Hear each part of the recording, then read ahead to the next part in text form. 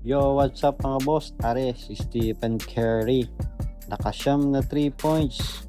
5 3 points dyan ay galing sa first quarter. So alamin natin, i-analyze natin kung bakit nakalimang 3 points agad siya dito sa first quarter pa lang laban sa Serbia.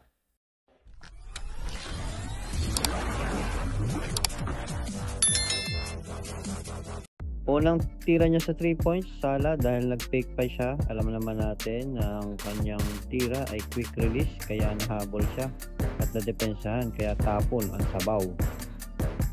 Ang gagawin ni Joel Embiid ay tatapigin lang ang bola papunta kay Curry dahil alam niya na habulin siya ng bantay ni Stephen Curry dito. Kaya ito ang unang 3 points ni Curry.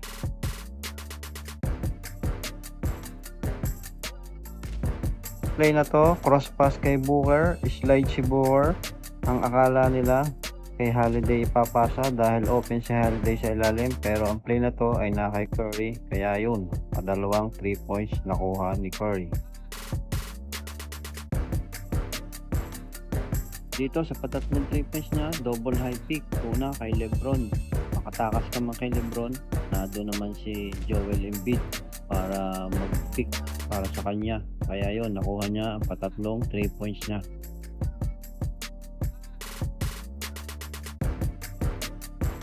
Ito ang gandang pasa ni Holiday, basang-basa niya kung saan pupunta si Curry, at lalo na si Kuy Booker. Gandang pick ang ginawa niya para ma-open lalo si Curry sa 3 points, kaya nakuha niya ang pang-apat na 3 points niya.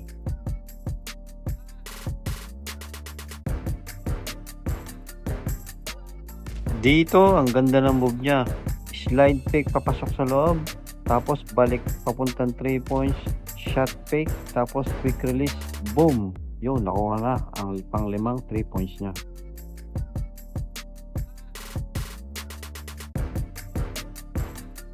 Dito nagkamali ng play ang Serbia, dinoble team nila si Lebron, kaya na-open agad si Curry.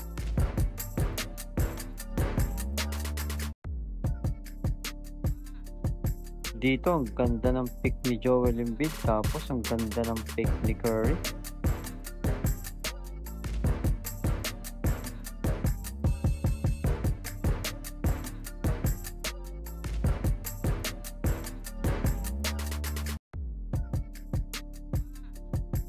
Dito nakatago siya kay Kevin Durant, kaya nalinlang niya ang bantay niya, sabay quick release. Dito sa pang-siyam na 3 points niya, isang magandang pick ang ginawa ni Joel Embiid para ma-open si Curry. At dito sa 3 points niya, nakuha nila ang unang kalamangan sa laro.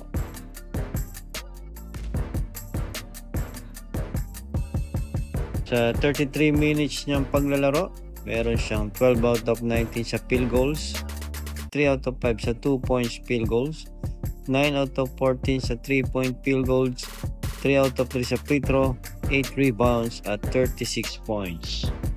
Thanks for watching mga boss. God bless.